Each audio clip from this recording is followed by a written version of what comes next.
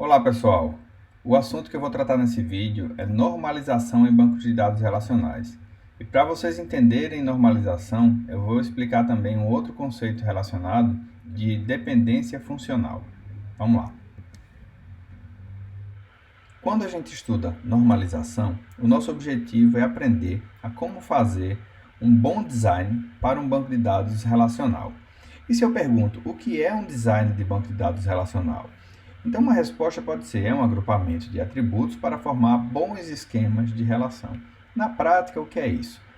A gente sabe que um atributo é um determinado dado que você, por algum motivo, decidiu armazenar na sua base. Ou seja, você julgou que era importante armazenar. Isso porque a sua aplicação requer que aquele dado seja armazenado, seja persistido.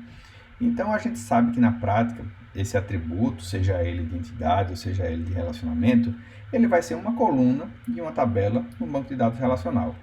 Mas o que pode acontecer é que, quando você define o seu esquema de banco de dados, que ele é composto por esquemas de relações, você pode colocar, por exemplo, lado a lado, duas colunas em uma determinada tabela, mas que elas não deveriam estar ali na mesma tabela.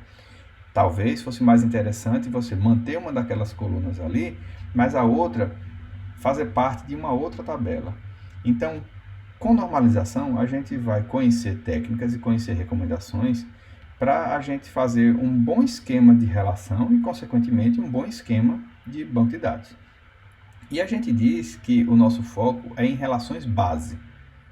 Mas o que são essas relações base? Para você entender bem o conceito de relação base, seria importante que você entendesse um outro conceito relacionado, que é o conceito de view, o conceito de visões em bancos de dados relacionais. A gente não estudou isso ainda, mas eu posso adiantar aqui de forma bastante superficial, só para facilitar o entendimento nesse momento. Então, uma view, ela é uma espécie de tabela virtual, que você define essa tabela, dá um nome para ela, e ela na prática vai ser o resultado de uma consulta que vai ser executada em outras tabelas existentes no seu banco de dados. Ou seja, essa tabela virtual ela não está fisicamente armazenada, mas ela é formada através de dados que estão fisicamente armazenados em outras tabelas. E essas outras tabelas, elas são as nossas relações base. Ou seja, quando a gente define um banco de dados, a gente pode ter relações base, relações que estão lá fisicamente armazenadas, mas a gente pode ter outras relações que não são bases, são apenas visões, né? Porque essas visões elas podem ser acessadas por determinados usuários, você define quem tem acesso a elas, e esses usuários eles vão usar essas visões da mesma forma como eles usam as demais tabelas que ele tiver acesso. Ele vai poder fazer consultas nessas tabelas, né, e ele nem necessariamente sabe que essas tabelas elas são virtuais. Ele vai ver aquele conjunto de colunas ali, mas aquele conjunto de colunas pode ser uma composição de colunas que estão em diversas tabelas diferentes, fisicamente armazenadas. Então, essas tabelas fisicamente armazenadas lá, são as tabelas que a gente cria com os nossos comandos createTable, quando a gente define o nosso esquema do banco de dados.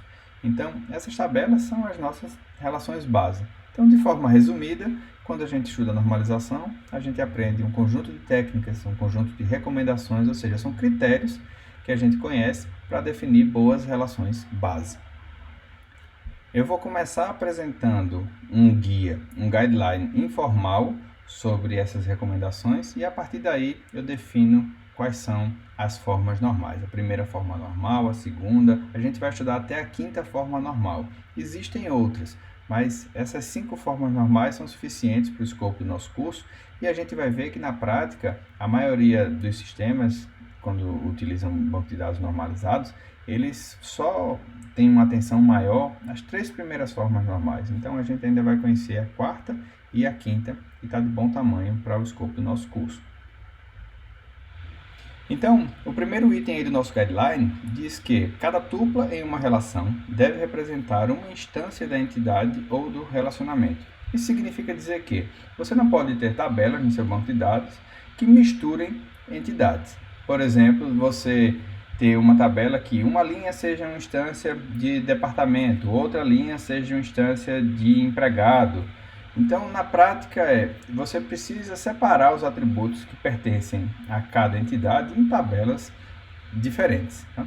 E essas tabelas diferentes, essas relações, elas devem ser ligadas, referenciadas entre si apenas por chaves estrangeiras. É importante frisar isso porque, se você observar, é possível a gente manter toda a estrutura de referenciamento entre as tabelas sem definir explicitamente as chaves estrangeiras. Por exemplo, você pode definir uma tabela empregado e nessa tabela você definir uma coluna chamada de ID do departamento. E você vai colocar ali o ID do departamento que aquele determinado empregado trabalha. Tá? E não definir uma chave estrangeira que faz esse referenciamento aí entre uma tabela e outra. Tá? Você vai poder fazer consultas, isso vai funcionar, só que você pode ter problemas com integridade. Né? Você alterar o departamento, por exemplo, de um empregado para um código que não existe, por algum erro na aplicação, ou se aquele código do departamento muda, fica uma referência que não faz sentido. Então, é importante que tudo isso seja referenciado usando as chaves estrangeiras e nenhum outro artifício além desse. Tá? E é muito importante ter cuidado também para não misturar o que é atributo de relacionamento e o que é atributo de entidade. Isso é um erro extremamente comum para quem está começando em banco de dados, de misturar essas coisas. Então, se você pensa, por exemplo, em data, aí você tem uma data de nascimento, que isso é inerente ao empregado, por exemplo. Isso é bem fácil de você perceber. Agora, você pode ter a data que aquele empregado começou a trabalhar em um departamento. Então, veja que isso daí já é um atributo do relacionamento entre o empregado e o departamento, daquele relacionamento específico. Tá? O empregado ele pode ser o gerente do departamento e pode ter uma outra data que represente quando ele começou a ser o gerente, tá? Ou quando ele deixou de ser gerente, quando é que ele começou de novo em um outro momento a ser gerente outra vez. Então, esses atributos já são relacionados ao relacionamento de gerenciamento do departamento. Tá? E você pode ter a data que o empregado começou a trabalhar em um projeto. Então, já diz respeito ao relacionamento entre o empregado e projeto. Então, você tem que ter muito cuidado para separar bem atributos de entidade e atributos de relacionamento e não misturar as coisas. Outra coisa que a gente precisa ter bastante cuidado é com informação redundante. Quando eu falo de informação redundante aqui, eu me refiro a, por exemplo, uma tabela onde você tem diferentes tuplas armazenadas e para cada uma dessas tuplas diferentes, você pode ter repetições em um valor que está armazenado em uma determinada coluna. Por exemplo, suponha uma coluna chamada nome, e aí você verifica que tem nomes repetidos ali. Mas esses nomes eles não se referem a pessoas diferentes com o mesmo nome, por exemplo. Eles se referem àquela mesma pessoa. E por algum motivo você caiu em uma cilada que você está sendo obrigado a repetir aquele nome. Para quem está começando pode parecer um absurdo, né? Por que alguém iria repetir isso intencionalmente? Mas a gente vai ver que dependendo da forma como você monta o seu esquema de banco de dados, você pode ser forçado a estar repetindo esses valores. E aí é uma armadilha que você caiu e que você tem que evitar seguindo os princípios de normalização. Então, quando você tem informação redundante, primeiro, uma coisa bem óbvia aí, você vai ter um desperdício de espaço de armazenamento. Né? Você vai estar armazenando o mesmo dado várias vezes sem necessidade. Outro problema é que isso causa o que a gente chama de anomalias de atualização. Então eu vou explicar o que são essas anomalias, né? Mas só adiantando, a gente tem anomalias de inserção, anomalias de modificação e anomalias de remoção. Primeiro, suponha uma relação onde eu armazene aqui o identificador para um determinado empregado, o identificador para um determinado projeto, o nome desse empregado, o nome do projeto e a quantidade de horas que esse empregado trabalha nesse projeto. Isso pode parecer estranho porque a gente já viu uma base de dados organizada, onde a gente separou bem o que é o empregado, o que é o projeto, mas esse tipo de situação acontece muito. Muitas empresas, por exemplo, começam a armazenar dados utilizando planilhas, e essas planilhas vão crescendo em uma dimensão que depois eles perdem o controle do que está sendo armazenado ali, e surge a necessidade de fazer um sistema de informação para organizar melhor aqueles dados ali. E você vai partir daquelas planilhas, às vezes você tem dezenas, centenas de planilhas para você transformar aquilo em um bom banco de dados para armazenar as coisas de forma coerente, e essas planilhas muitas vezes têm problemas desse tipo aí. Então, pode ser uma situação comum de você receber dados de uma empresa que vão ser carregados em um sistema que você está desenvolvendo e tem uma estrutura assim como essa. Então, se você tem uma estrutura como essa, será que isso causa algum tipo de anomalia? Você consegue pensar em algum problema com um armazenamento como esse aí? Tente pensar um pouquinho. Se vocês quiserem, vocês podem dar uma pausa no vídeo, refletir um pouquinho e depois continuar e ver o que eu vou falar. Então, quem deu uma pausa aí pode ter percebido que, utilizando uma estrutura como essa, eu seria forçado a armazenar informações redundantes. Por exemplo, o nome do empregado, o nome do projeto. Porque o mesmo projeto ele pode ter dezenas, centenas, milhares de empregados diferentes trabalhando naquele projeto. Então, para cada par de empregado projeto que eu registrar aqui, por exemplo, empregado 100 trabalha no projeto 1000, empregado 101 trabalha no projeto 1000, empregado 230 trabalha no projeto 1000, ou seja, para cada associação dessa aqui nessa tabela, eu iria repetir aqui o nome do empregado e o nome do projeto para poder ficar consistente. O empregado 100 vai ter esse nome, o empregado 101 vai ter esse nome. Se o empregado 100 trabalha em outro projeto, o nome dele vai vir repetido. E se esse projeto tem outros empregados, o nome do projeto se repete. Então, eu seria forçado a ter informações redundantes. E isso causa também uma chamada anomalia de modificação. Imagine que o projeto A mudou de nome, agora é projeto B. Então, eu teria que varrer aqui toda essa tabela e procurar por todas as tuplas onde eu tenho alguma associação de algum empregado com esse projeto A e mudar o nome dele para projeto B em todas essas tuplas. E isso é uma operação que é indesejada, porque você vai ter um custo maior no seu sistema para estar varrendo toda a tabela para procurar por isso, para modificar. E além disso, você pode não modificar corretamente, uma das tuplas ficarem sem modificação por algum motivo, alguma falha no sistema, e aí você começa a ter dados inconsistentes no seu banco de dados, que é uma coisa que a gente não quer de forma alguma. Outra anomalia aí é a anomalia de inserção, né? Então imagine, você quer inserir um projeto, mas você ainda não tem empregados que trabalham nesse projeto. Você quer simplesmente registrar aquele projeto com as características do projeto para depois partir para a alocação dos empregados. Mas você não consegue, porque para você registrar uma primeira tupla aqui com o código do projeto e o nome do projeto, você já tem que colocar primeiro um empregado aí. Então, isso é uma amarração indesejada numa situação como essa aí, que você, utilizando essa estrutura, você vai ser obrigado a seguir. E você também não pode inserir um empregado, cadastrar esse empregado na empresa, sem registrar ele em um projeto também, né? Você pode simplesmente querer cadastrar um empregado para depois fazer uma alocação, mas você não pode, porque estão todos na mesma tabela. Por isso que é importante você separar bem, né? Os dados de empregado numa tabela empregado, os dados de projeto na tabela de projeto, separar bem as coisas. E também existe a anomalia de remoção, tá? O que é isso? Suponha que você quer remover um projeto do banco de dados. Só que observe que, tendo uma estrutura como essa aqui, o projeto ele está amarrado a uma associação com um empregado. Então, para você remover o projeto, o primeiro problema é que você não vai remover uma única tupla dessa tabela. Você vai ter que sair procurando todas as tuplas onde tem o nome do projeto, o ID do projeto aqui, para você conseguir realmente fazer com que ele suma da sua base de dados. Só que o problema é que você vai remover também as associações com esses empregados. E se esses empregados não estiverem trabalhando em nenhum outro projeto, você vai remover também os empregados da base de dados, que é uma coisa que você provavelmente não desejaria. E, por outro lado, se você tem um projeto que só tenha um empregado e você queira remover o empregado e não o projeto, aí quando você remove essa dupla, o projeto também desaparece. É uma coisa que você não quer que aconteça. Esse cenário parece ser um tanto quanto ingênuo, né? Porque é um domínio bastante conhecido, que a gente já vem trabalhando, é um cenário já conhecido por vocês, então parece que essas situações aí são coisas que jamais aconteceriam, que dificilmente alguém ia fazer, mas acreditem em mim, isso é bastante comum, principalmente em domínios que vocês não vão conhecer muito bem, de vocês se depararem com um banco de dados que não estão muito bem projetados, vocês precisarem corrigir esses problemas, né, aplicando as técnicas de normalização.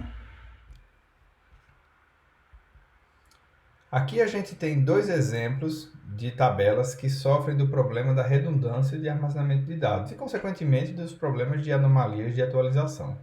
Nesse primeiro exemplo aqui, a gente estaria armazenando numa única tabela dados tanto de empregado quanto de departamento. Então, consequentemente, a gente teria redundância em relação aos nomes dos departamentos e aos SSNs dos gerentes desses departamentos, que seriam armazenados nessa tabela. E nesse segundo exemplo aqui, a gente estaria colocando juntos dados de empregados e dados de projeto. E aí isso ocasionaria uma redundância aqui em relação aos nomes dos empregados, aos nomes dos projetos e a localização desses projetos. Então, se vocês quiserem, vocês podem dar uma pausa no vídeo e olhar com mais calma esse exemplo. Então, o segundo item do nosso guideline é simples, né? É projete um esquema que não sofra de anomalias. E o terceiro item do nosso guideline diz respeito à minimização da quantidade de valores null que a gente armazena na nossa base de dados. O que acontece é que, quando a gente tem uma tabela que contém atributos que normalmente assumem muitos valores null, a gente, em geral, consegue criar uma tabela separada para armazenar esses atributos e evitar que esses valores null ocorram em grande quantidade. Um exemplo clássico disso é o caso do armazenamento de atributos multivalorados. Então, suponha que você tem uma tabela pessoa, onde você quer armazenar vários telefones para cada pessoa diferente. Então, você vai querer, por exemplo, estimar a quantidade máxima de telefones que uma pessoa pode ter. Suponha 4 telefones. E aí você define 4 colunas. Telefone 1, telefone 2, telefone 3, telefone 4. E aí, se na prática muitas pessoas só tiverem um telefone, 2, nenhum, 1, 2, o que acontece? Você vai ter muitos valores null para as outras colunas. Então, para evitar que isso aconteça, você define uma tabela separada, você chama ela de telefones pessoa, por exemplo, e ela vai ter apenas duas colunas. Uma vai ser o telefone e a outra coluna vai ser uma chave estrangeira para a tabela de pessoa. E lá você coloca todos os telefones de todas as pessoas. Então, você evita a ocorrência de grande quantidade de valores null. Eu dei um exemplo como esse no vídeo onde eu falei sobre o mapeamento do modelo conceitual para o lógico relacional. Lá no exemplo, eu falei sobre localizações de projetos. Então, se você quiser revisar também o exemplo, onde eu fiz um esboço, um desenho, você pode dar uma olhada no outro vídeo também. O quarto e último item do nosso guideline formal diz que as relações da nossa base de dados têm que satisfazer uma propriedade de junção sem perdas. Mas o que é essa propriedade de junção sem perdas? Suponha que você tem duas tabelas na sua base, T1 e T2, e cada uma dessas tabelas tem uma coluna que significam a mesma coisa. Elas essencialmente representam um mesmo atributo. Isso é possível? Sim. Quando é que isso acontece? Normalmente quando a gente utiliza essas colunas para fazer uma referência entre essas tabelas, né? Através de quê? De chave estrangeira. Então, você pode ter, por exemplo, uma tabela T1 que tenha um atributo, uma coluna chamada CPF empregado. E na outra tabela você tem também uma coluna chamada CPF empregado. Então, normalmente isso vai ser a chave primária de uma tabela com a chave estrangeira de outra.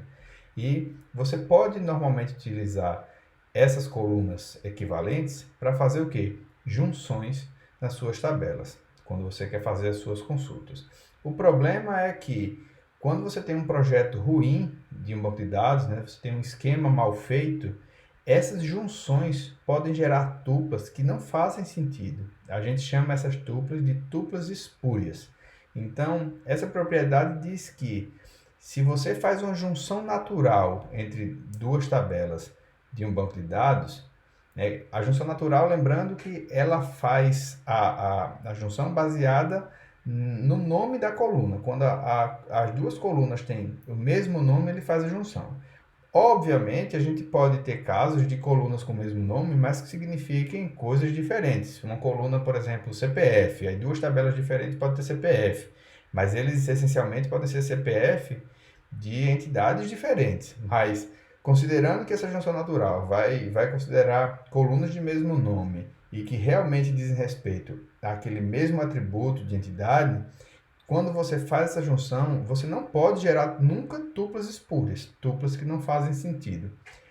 Vamos ver aqui um exemplo que vai ficar bem mais claro do que eu estou falando.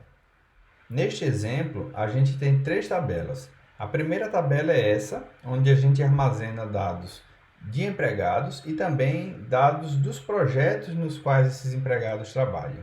A gente já viu uma tabela como essa antes e dá para observar aqui que a gente tem um problema de redundância, né, em relação ao armazenamento dos nomes dos empregados, dos nomes dos projetos e das localizações desses projetos.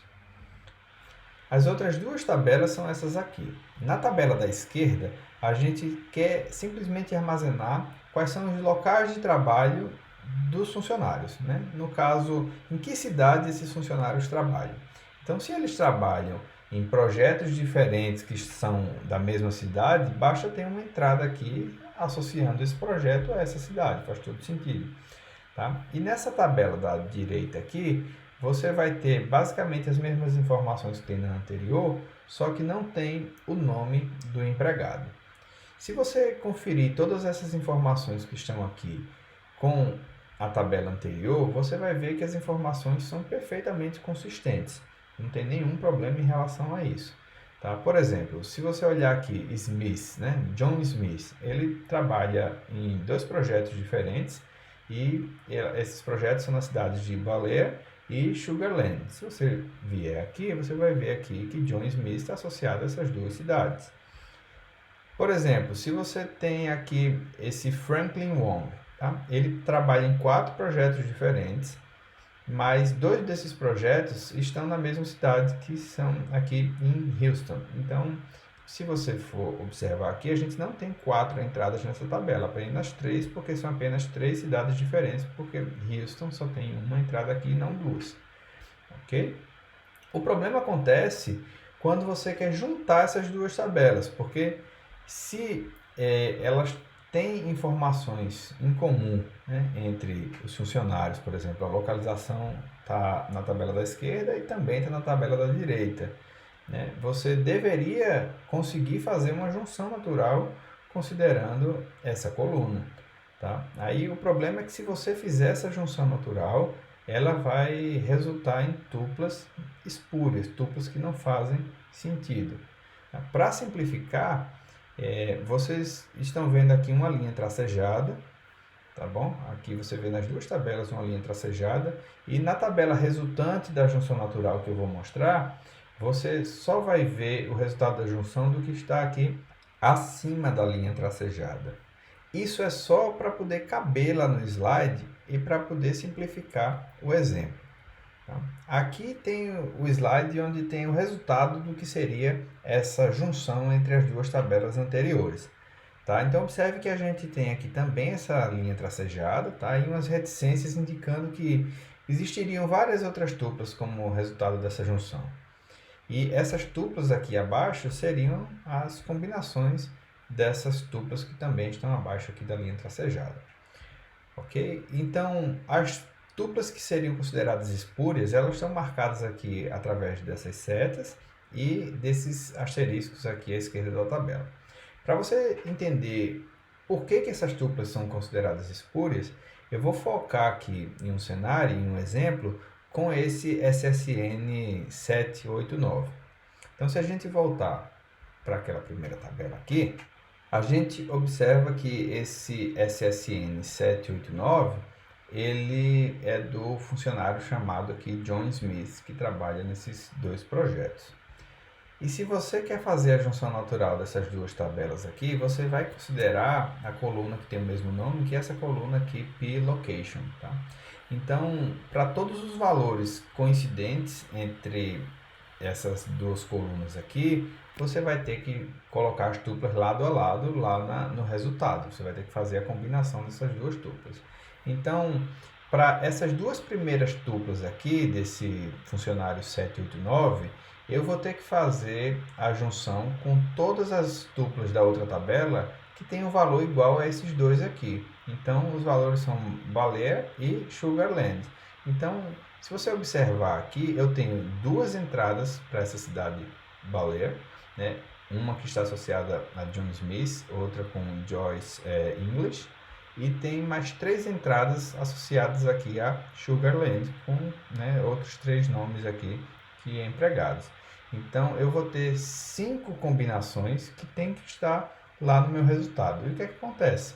Se você vier aqui, você vai ver que você tem 1, 2, 3, 4, 5 combinações.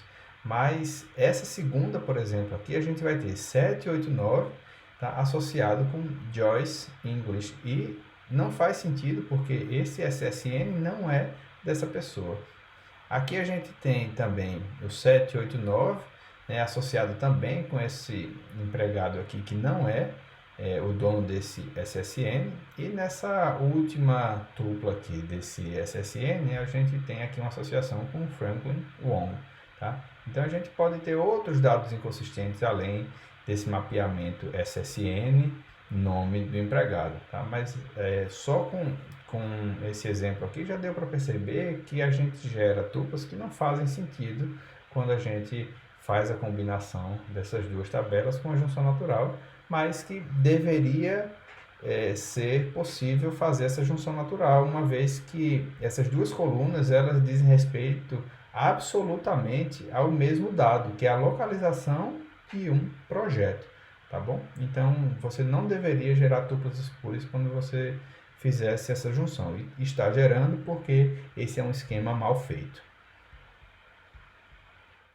Um conceito muito importante que a gente precisa aprender quando a gente está estudando normalização é o conceito de dependência funcional. As dependências funcionais, elas dizem respeito à forma como os atributos estão interrelacionados em uma determinada relação, em uma determinada tabela. Ou seja, como os valores de uns atributos restringem os possíveis valores de outros atributos. A gente, na prática, utiliza esse conceito de dependência funcional para saber se uma determinada tabela ela contém o conjunto adequado de atributos, ou seja, se esses atributos deveriam estar todos naquela tabela ou se eles deveriam estar separados em tabelas diferentes. E quando isso acontece, ou seja, quando a gente precisa separar esses atributos em tabelas diferentes, significa que a gente precisa normalizar aquela tabela. Então, o conceito de dependência funcional ele é utilizado para definir quando uma tabela precisa ser normalizada de acordo com as diferentes formas normais. E o conceito de dependência funcional ele está muito ligado também ao conceito de chave, que também é utilizado para definir essas formas normais que a gente vai conhecer. Então a gente diz que um conjunto de atributos x ele determina funcionalmente um conjunto de atributos y se o valor de x determina um único valor para y. Por exemplo, suponha uma tabela onde você tem uma coluna CPF e uma coluna nome. E você precisa, por algum motivo, criar tuplas diferentes onde o CPF ele se repete. Então, necessariamente, você precisaria repetir também o nome, porque não faz o menor sentido você ter o mesmo CPF com nomes diferentes. Então, quando isso acontece, você diz que o CPF ele determina funcionalmente o nome. Tá? Nesse exemplo, você deve imaginar, eu jamais teria uma repetição numa tabela, por exemplo, pessoa, até porque o CPF ele seria a chave primária dessa tabela. Não necessariamente você precisa ter a repetição para ter ou não ter a dependência funcional, tá? Mas se você fundamentalmente percebe que se essa repetição por algum motivo existisse, necessariamente isso iria acontecer, porque não faz sentido você ter nomes diferentes para um CPF, então você conclui que existe essa dependência funcional. Então, a gente representa uma dependência funcional através dessa terminologia aqui. A gente tem x, seta, y, né? Então a gente diz que x determina funcionalmente y ou que y depende funcionalmente de x. Então, a gente diz que essa dependência funcional x para y, né, ela ocorre se sempre que duas tuplas têm o mesmo valor para x, elas devem ter o mesmo valor para y. Né? Nesse exemplo que eu falei, o x seria o CPF e o y seria o nome.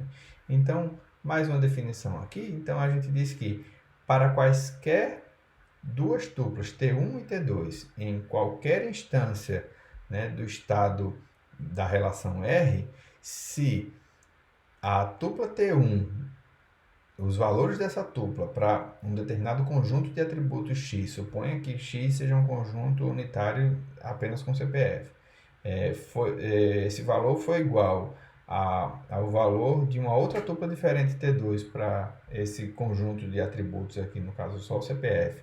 Então, necessariamente, os valores para essas duas tuplas, para esse outro atributo aqui, para esse outro conjunto de atributos, também deveriam ser iguais. Nesse exemplo aqui, eu estou considerando só conjuntos unitários, né? CPF sendo X e o Y sendo o nome. Mas observe que esse conceito ele é mais amplo e eu poderia ter um conjunto de atributos, né, com 2, 3, 4 atributos, quantos forem, representando X e representando Y. Então, são situações em que fica mais difícil de a gente perceber se existe ou não a dependência funcional. Então, a gente diz que uma dependência funcional, né, por exemplo, X, que determina funcionalmente Y, né, em uma relação R, ela especifica uma constraint, né, uma amarração, né, uma regra que precisa ser seguida para todas as instâncias daquela relação R. Então, quando a gente define graficamente o nosso esquema relacional, né, através desses cabeçalhos de coluna, onde a gente sublinha aqui a nossa chave primária, a gente pode indicar os casos onde ocorrem as dependências funcionais utilizando essas setas aqui. Então, nesse primeiro exemplo, a gente diria que o SSN ele determina funcionalmente o nome, a data de nascimento, o endereço, o código do departamento que aquele funcionário trabalha. E o código do departamento que aquele funcionário trabalha, ele determinaria funcionalmente o quê? O nome do departamento e o gerente do departamento. Então, veja que essa é uma tabela que mistura informações de empregados, né, e de departamentos. E aqui essa outra tabela aqui que mistura dados de empregados e projetos, a gente pode identificar essas dependências funcionais. No caso aqui a chave seria o par, né, SSN com um número de projeto, supondo que um empregado ele só tem um vínculo com um determinado projeto, ele não pode ter um vínculo e depois sair, depois voltar para o projeto. Então o par seria único aqui de SSN com o número do projeto. Então, esse par determinaria funcionalmente aqui a quantidade de horas que esse funcionário trabalha nesse projeto. Agora, por sua vez, o nome do empregado, ele só depende funcionalmente do SSN, ele não depende do número do projeto. Então, por isso que essa seta só vem aqui do SSN. E o nome do projeto e a localização do projeto, esses dois atributos, eles só dependem, né, funcionalmente do número do projeto. Ele não depende do SSN. Então, eu poderia ter um SSN repetido aqui, sem repetir o nome do projeto, não tem problema. Agora, se eu repito um mesmo número de projeto aqui, necessariamente o nome desse projeto vai ter que se repetir. Ok? Então, a gente diz que se K é uma chave de R, então K determina funcionalmente todos os atributos em R. Né? Isso é bem fácil de perceber, né? Porque a gente nunca vai ter duas tuplas distintas, né, com valores iguais para aquele conjunto K, onde o conjunto K é o conjunto de atributos que formam a chave. Né? Então, a gente pode dizer que essas dependências funcionais elas são derivadas, né, de constraints, de situações existentes no mundo real entre os atributos.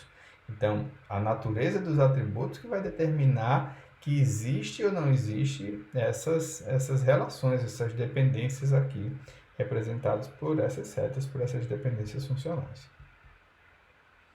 Aqui a gente tem um cenário onde a gente vai relacionar nessa tabela teach professores, disciplinas e livros. Então, a gente tem uma coluna chamada teacher, uma coluna chamada course e uma coluna chamada text, né, que são os livros textos adotados determinada disciplina. Então, a gente tem uma pergunta aqui que eu gostaria que todo mundo refletisse sobre a existência ou não dessas duas dependências funcionais entre esses atributos aqui. Então, eu vou pedir que você dê uma pausa no vídeo, reflita um pouco e depois escute os meus comentários.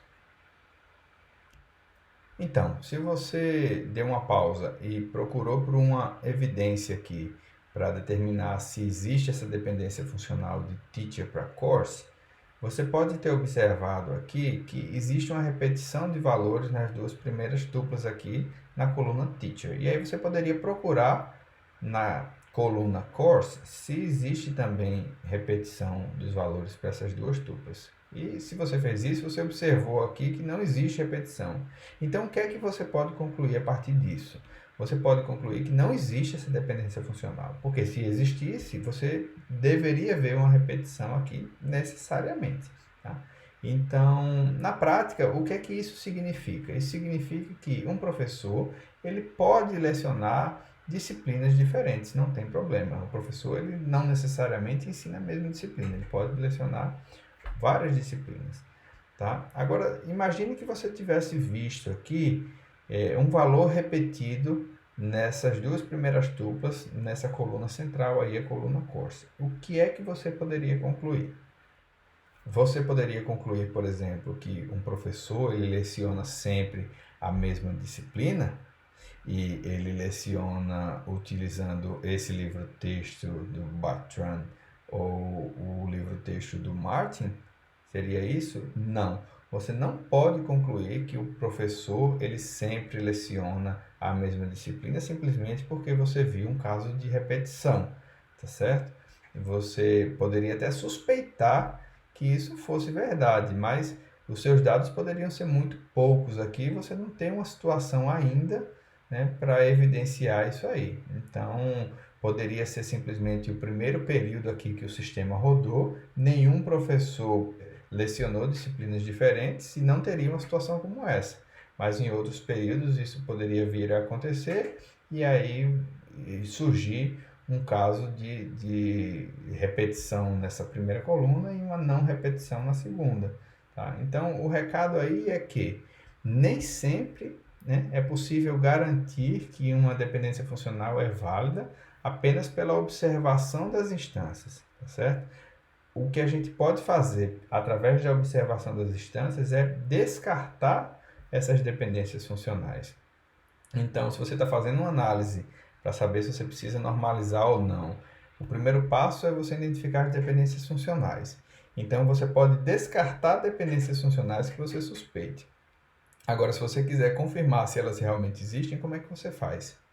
Você tem que perguntar ao especialista de domínio, tá? Ou a pessoa que é o especificador do sistema, o projetista do sistema, né? A pessoa que entende, que vai definir como o sistema precisa funcionar, quais são as regras de negócio. Então, você precisa conversar com essa pessoa que entende das regras de negócio para definir se essa dependência existe mesmo, né, ou não.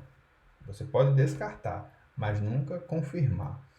Nessa segunda situação aqui, a gente tem de livro para disciplina, né? De text para course.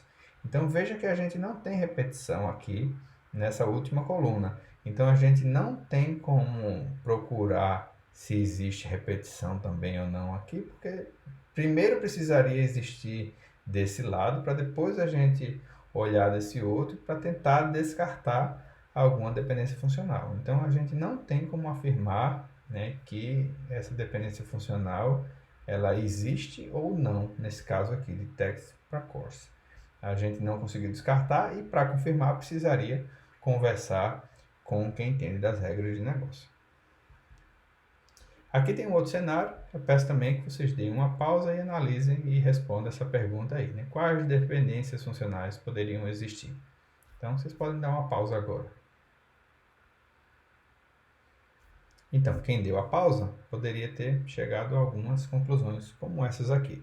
Por exemplo, de B para C. Então, você vê aqui B1, B2, B2 e B3. Então, existe repetição aqui do B2. Então, você também vê uma repetição do C2. Então, isso significa que pode existir uma dependência funcional, mas você não tem como ter certeza, ok? De C para B, então você procura uma repetição. Eu achei aqui C2 e C2, aí você repete também aqui B2 e B2, então pode existir. AB para C, então os pares aqui A1B1, A1B2, A2B2 e A3B3. Não tem repetição, tá? Então pode existir também. Então sempre que você vê repetição do lado esquerdo dessa seta e o valor da coluna do lado direito da seta também se repete, então a gente não pode descartar a dependência funcional, certo? A gente pode dizer que existe a possibilidade, né, de ela existir, mas a gente também não tem como afirmar. Então podem existir várias outras ali, né, porque você pode ter várias outras combinações também de atributos. Eu coloquei só alguns poucos exemplos para você entender aí. E quais dependências funcionais não podem existir? Isso aí, dependendo da situação, você pode realmente chegar a uma conclusão definitiva em relação a isso. Dê uma pausa e analise. Então, se você deu a pausa, você pode ter chegado à conclusão aqui que não existe dependência funcional de A para B. Por quê? O valor A1 se repete aqui na coluna A, mas não se repete na coluna B para as mesmas tuplas aqui, B1 e B2, né? São diferentes aqui. Mesma coisa de B para A, mas não dizem respeito aqui às tuplas 1 e 2, né? Eles dizem respeito aqui à tupla 2 e 3, né? Porque a gente tem a repetição do B2 e do outro lado a gente não tem repetição do A, que seria A1 e A2. E assim sucessivamente. Você pode também dar mais uma pausa agora e olhar aqui esses outros cenários e ver que isso também se repete. Então agora eu vou explicar o que são, né, as três primeiras formas normais. A forma normal 1, forma normal 2 e forma normal 3. Mas antes, eu gostaria de reforçar alguns pontos e apresentar só mais alguns conceitos, tá? Primeiro é que a normalização, né, ela é realizada para que a gente tenha um projeto de mais qualidade, ou seja, que a gente atenda a essas propriedades que a gente chama de desejáveis e a gente tenha um esquema melhor para o nosso banco de dados, tá? O segundo ponto aqui é que um projetista de banco de dados, né, um designer de banco de dados, ele não precisa normalizar até o nível mais alto possível das formas normais. Eu já falei isso, mas só reforçando que normalmente, na maioria dos cenários, o que acontece é uma normalização até a terceira forma normal, tá? Ou uma extensão dessa terceira forma normal, que a gente vai conhecer, que é chamada de forma normal de Boyce-Codd. Tá? A quarta e a quinta forma normal raramente são utilizadas na prática. Existe também o conceito de desnormalização. O que é isso? Por exemplo, você pode pegar um banco de dados que ele seja normalizado e intencionalmente produzir uma relação, né, uma nova tabela, que ela não seja normalizada, ou seja, que ela vá ferir alguma das formas normais, mas você pode querer fazer isso por uma questão de requisito de desempenho, né? Suponha que você precise na aplicação buscar de forma muito rápida o par de nome de funcionário e nome do departamento no qual o funcionário está alocado. Então, veja que a informação do nome do funcionário está em uma tabela, a do nome do departamento, né, onde ele está alocado, está em outra tabela. Então, para você fazer essa consulta, você vai precisar, né, em tempo de execução, você vai precisar juntar essas duas tabelas, né, e depois processar o restante da busca para encontrar esses pares. Mas se você já tem isso guardado, fisicamente armazenado em uma determinada tabela, você vai buscar, obviamente, isso de forma muito mais rápida. Então, existem algumas situações, né, peculiares e sempre relacionadas a essa questão de desempenho, onde você prefere deixar uma parte do banco desnormalizada ou gerar relações, né, fisicamente armazenadas, ou seja, relações que são tratadas como relações base, mas que elas são desnormalizadas. Outra coisa importante relacionada a isso é que as formas normais elas são tratadas de forma encadeada, ou seja, Para uma relação ser considerada na segunda forma normal, ela necessariamente tem que atender a primeira forma normal. Para a gente dizer que uma relação atende a terceira forma normal, ela tem que atender a segunda e tem que atender a primeira.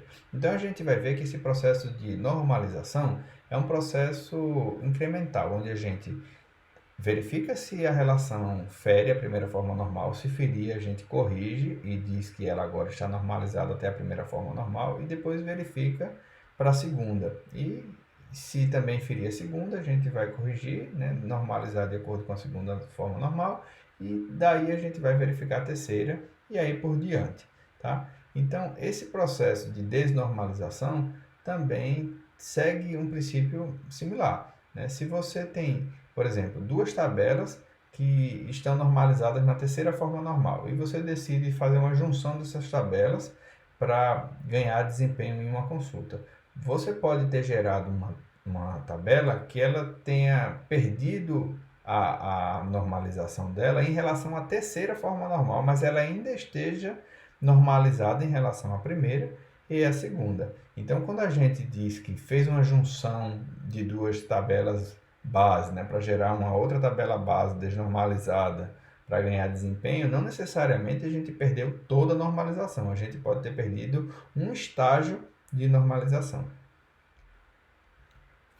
Aqui tem algo que a gente já estudou, mas que a gente merece revisar, que é o fato de que em uma determinada relação podem existir várias chaves, tá? E a gente arbitrariamente escolhe uma para ser a nossa chave primária. E a gente pode dizer que as demais são chaves secundárias. Mas tem um conceito novo aqui, que é o conceito de atributo primário. Esse atributo primário é um determinado atributo que faz parte de alguma das chaves candidatas. Então não confundam porque ele é chamado de primário e achar que ele tem que ser parte da chave primária. Ele pode ser parte de alguma das chaves candidatas, tá? E um atributo que não é primário, ele não é membro de nenhuma chave candidata. A primeira forma normal, ela é bem objetiva, bem direta. Ela diz que os atributos devem ser indivisíveis, tá? E diz também que os atributos não podem ser multivalorados. Então, um pouquinho mais de comentário em relação ao que é ser indivisível. Isso depende do negócio, tá? Então, se eu tenho lá um atributo que é endereço, endereço é divisível ou endereço é não divisível? Eu posso dividir um endereço em rua, bairro, cidade, número, ou você pode especificar um único campo do tipo cadeia de caracteres e dizer que aquele campo, aquele atributo, ele é indivisível. E quem é o dono da verdade? Quem é que vai dizer o que é o certo e o que é o errado? Então, isso vai depender das regras de negócio, vai depender dos requisitos do sistema. Então, não existe necessariamente um certo e um errado, vai depender desses fatores para você definir. Em um sistema, o endereço pode ser considerado indivisível, em outro sistema, pode ser considerado algo divisível. Mas, se foi acordado com o cliente que é importante separar o endereço por questões de desempenho nas consultas e etc., se vão existir muitas consultas que vão consultar, por exemplo, só pelo bairro ou só pela cidade, então o modelo conceitual já deve refletir essa informação. Então, se no modelo conceitual está dizendo lá que endereço é um atributo composto, que é formado por outros atributos simples, então o endereço ele não pode estar especificado no modelo lógico em uma única coluna. Então, é isso que a primeira forma normal diz. Se conceitualmente aquilo é considerado algo composto, então não pode estar representado no modelo lógico apenas com uma coluna. Você precisa de várias colunas para representar aquilo ali. A mesma coisa em relação aos atributos multivalorados, tá? A gente não pode ter uma única coluna para tentar armazenar os diferentes valores que um atributo pode assumir. Aqui tem um exemplo em relação a esses atributos multivalorados. Então, a gente quer armazenar aqui as localizações dos departamentos. Então, se a gente fosse misturar tudo, a gente estaria colocando, por exemplo, numa única string aqui, numa única cadeia de caracteres, todas as cidades aqui que são localizações para esse determinado departamento aqui, número 5. Tá? Então, veja que a gente teria 3 elementos aqui separados por vírgula, o que não seria muito elegante. Então, para a gente atender a primeira forma normal, a gente precisa utilizar tuplas diferentes para colocar essas localizações diferentes. Aí observe que quando a gente faz isso, a gente vai ter algumas coisas que não parecem muito elegantes aqui, né? Por exemplo, a gente tem a repetição aqui do nome do departamento, a gente tem a repetição do número do departamento, né? Tem até uma pergunta aqui, né? Isso é uma repetição da chave primária?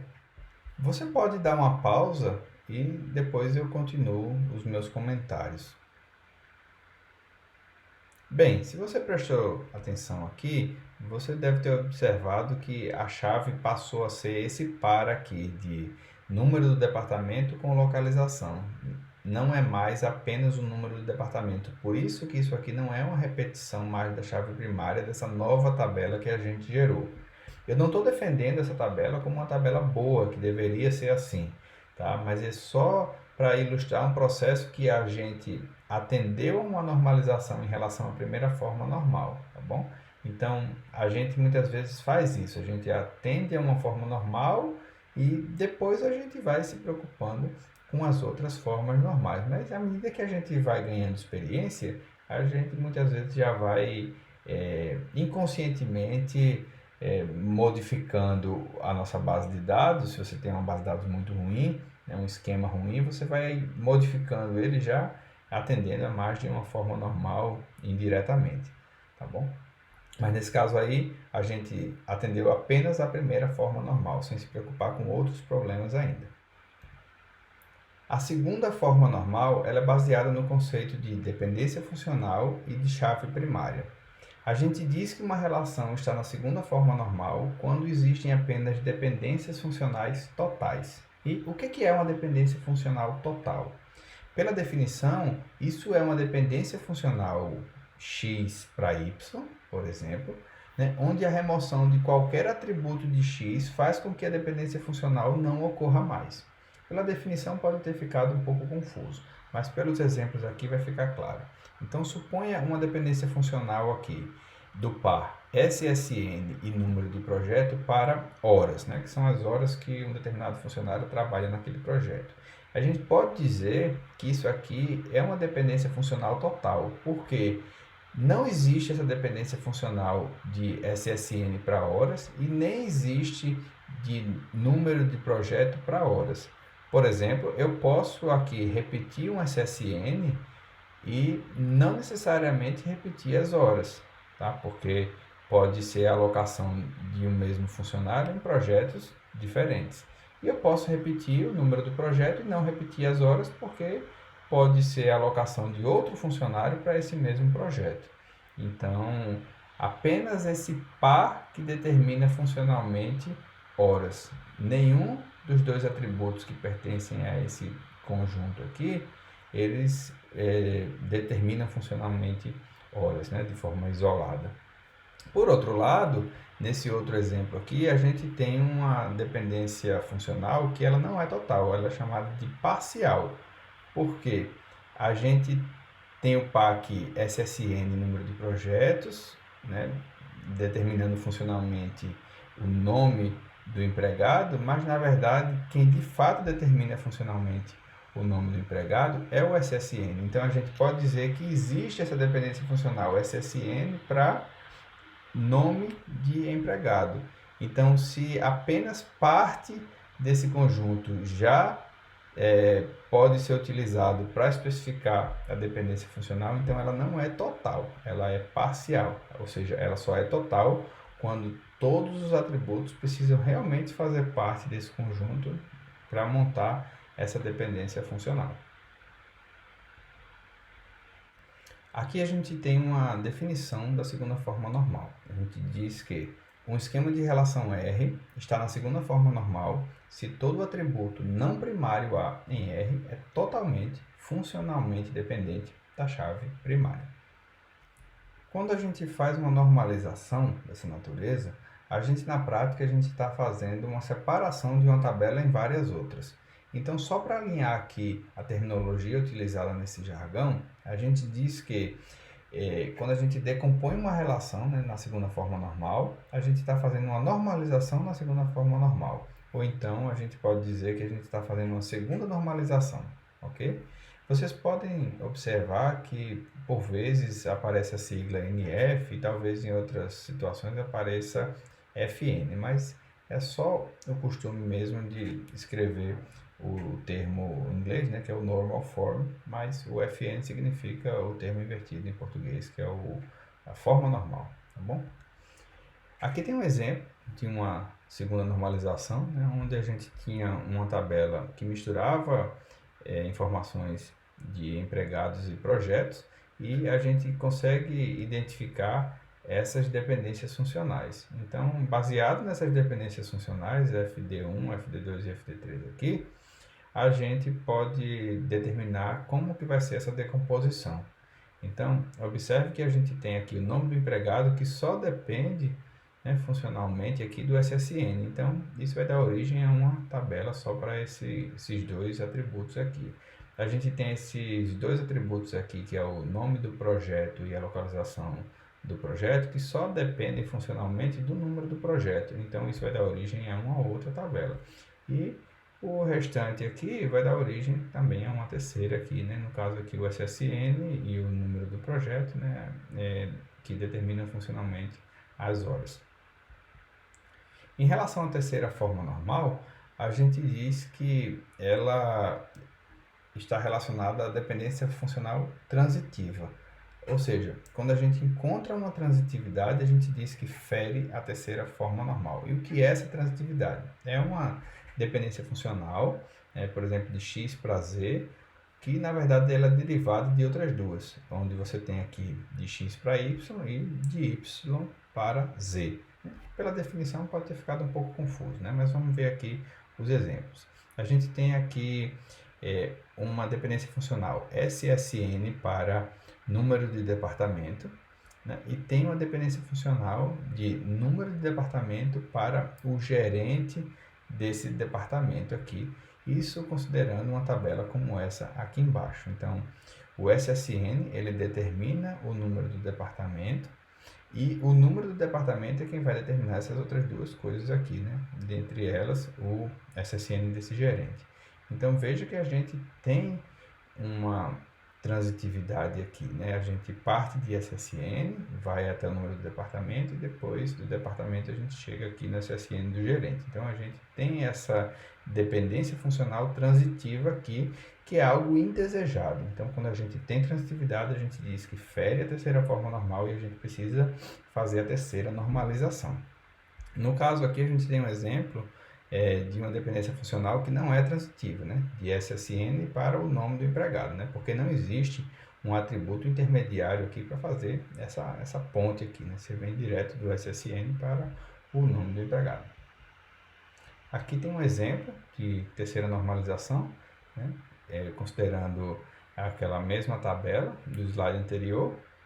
Então, isso aqui, no caso, a gente deu origem a uma tabela que contém o número do departamento com esses outros dois atributos, que se tornou essa tabela aqui ED2, e os demais aqui ficaram nessa tabela ED1, que no caso aqui é o SSN, né, e os demais atributos que dependem funcionalmente desse SSN.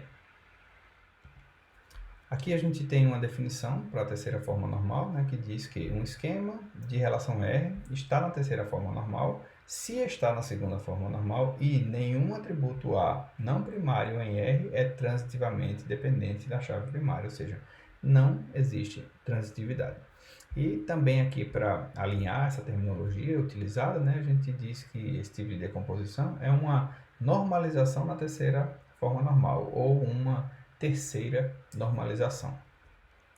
Então, observe que se você tem uma transitividade do tipo x para y e y para z, né, onde x é uma chave primária, isso só é problemático se o y ele não for uma chave candidata, né? Porque se você tem duas chaves, uma vai determinar funcionalmente a outra, né? Por exemplo, se você tem o SSN e um ID de um empregado, né? sempre que você repete o SSN, claro que você vai ter que repetir esse ID e vice-versa.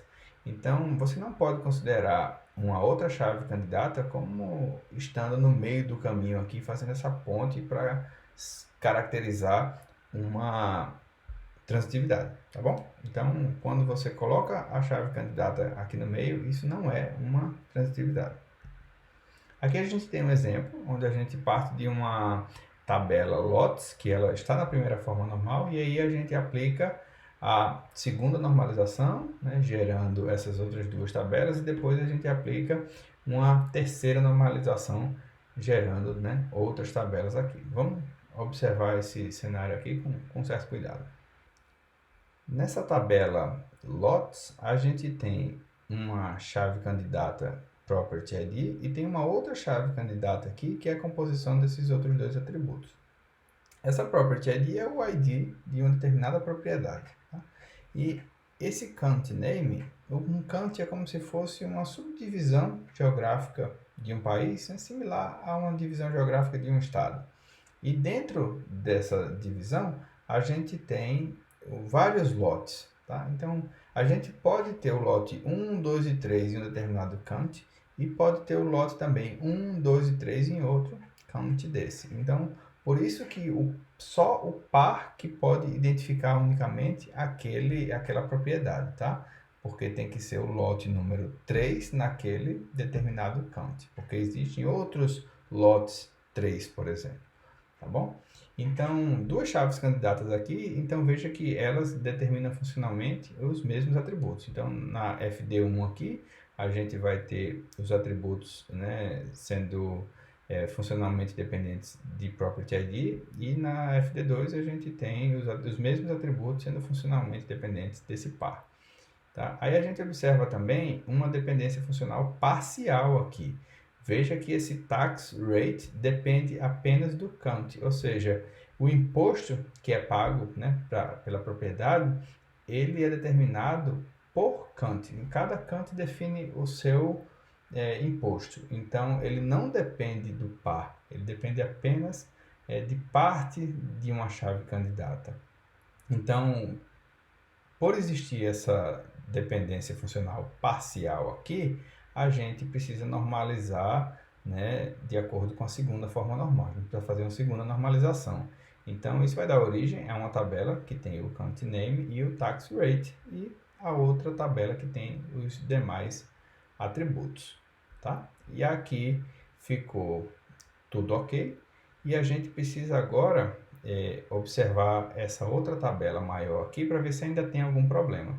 E qual é o problema que a gente identifica aqui? A gente identifica uma transitividade, tá? Porque o preço, ele só é determinado pela área, ele não é determinado por esses outros atributos aqui de chave, né? Como o Property ID ou como, no caso aqui, o par count name com lot.